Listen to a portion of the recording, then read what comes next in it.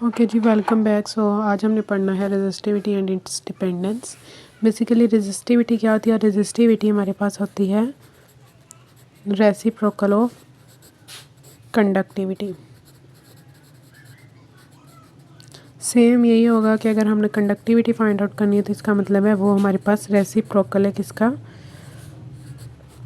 Resistivity का। It's mean it prove that resistivity and conductivity का product is equals to 1।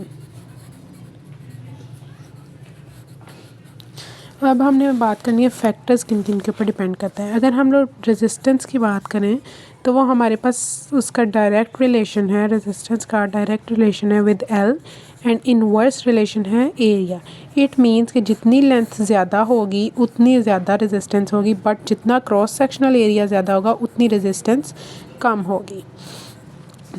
इन दोनों को अगर हम लोग एक ही इक्वेशन में लिखें तो हम लोग ऐसे लिख सकते हैं are inversely proportional directly proportional to length and inversely proportional. अब हम लोग क्या करेंगे कि इस प्रोपोर्शनलिटी कांस्टेंट को ख़त्म करके इसकी जगह हम लोग लिख देंगे rho. It means medium divided by L over A. ये हमारे पास रेजिस्टेंस की डिपेंडेंस निकल आई कि रेजिस्टेंस किस किस पे डिपेंड फैक्टर्स पे करती है।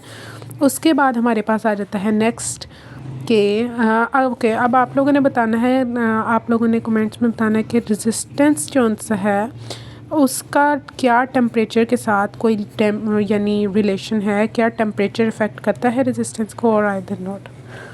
उसके बाद आ जाती है हमारे पास रेजिस्टिविटी। अब बेसिकली रेजिस्टिविटी का हमने फाइंड आउट करना है तो इसमें हमने कैसे फाइंड आउट करना है, इसमें हमारे पास क्या क्या इसके ऊपर डिपेंड करती है। एक नेचर ऑफ मीडियम और एक हमारे पास क्या डिपेंड करता है, टेम्परेचर। अगर मैं कहती हूँ कि मेरे पास टेम्परेचर जो सा है 0 डिग्री सेल्सियस है, एक temperature initial temperature 0 degree Celsius है और एक टेम्परेचर है T डिग्री सेल्सियस फाइनल यानी। उसके बाद अगर मैं बात करती हूँ कि मेरे पास इसमें रेजिस्टिविटी जो सा है वो आ जाएगी R0 यानी R0, 0 टेम्परेचर पे 0। और अगर मैं बात करती हूँ कि ये फाइनल वाले के ऊपर तो इसमें हमारे पास आ जाती है RT।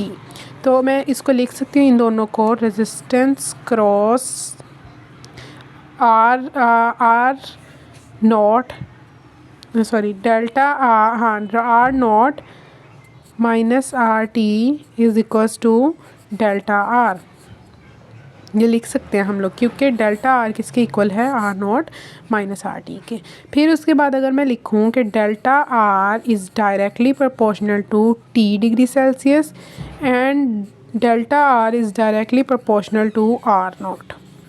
अब इन दोनों इक्वेशंस को मैं कंपेयर करूँगी और जब मैं इनको कंपेयर करूँगी तो हमारे पास आएगा delta R is equals to R0 T, यानी मैंने इक्वेशन नंबर 1 और 2 को मल्टीप्लाई करवाया है।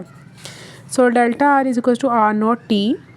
फिर इसके बाद हमारे पास इसमें आ जाता है कि हमारे पास इधर ये प्रोपोर्शनलिटी का साइन था। अब इस प्रोपोर्शनलिटी के साइन को ख़त्म करें तो इसकी जगह मैं अल्फ़ा लगा सकती हूँ R0 T। इट्स मीन कि हमारे पास अगर अल्फ़ा फाइंड आउट करना होगा तो delta R divided by R0 T हमारे पास आ जाएगा रेजिस्टिविटी का फॉर्मूला। अब अगर इसको मैं रो में लिखूँ इन टर्म ऑफ मीडियम, ये टेम्परेचर के इन टर्म ऑफ लिख लिया, अगर मैं मीडियम के टर्म्स में लिखूँ तो कुछ हम लोग रेजिस्टेंस की जगह डायरेक्टली जो है रेजिस्टिविटी की जगह डायरेक्टली हम लोग सिर्फ रो का यूज़ करेंगे, रो। उसके बाद रो नॉट T इज़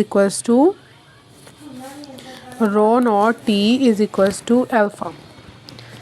ये मेरे पास दो इक्वेशंस निकली हैं और इसमें अब हमने इस पूरे टॉपिक में क्या पढ़ा है, एक रेजिस्टिविटी और कंडक्टिविटी का प्रोडक्ट जो है वो इक्वल होता है 1 के। फिर conductivity is reciprocal of resistivity. Then resistance किसके ऊपर डिपेंड करती है, लेंथ के ऊपर साथ डायरेक्टली और inversely to cross sectional area. Then resistance जिन 3 चीज़ों पे डिपेंड करती है वो है हमारे पास nature, length and area. Then resistivity depends on nature of material and temperature. और ये हमारा टॉपिक। और आप लोगों ने क्वेश्चन का जो आंसर देना है वो ये है कि either resistance affected through temperature और नॉट।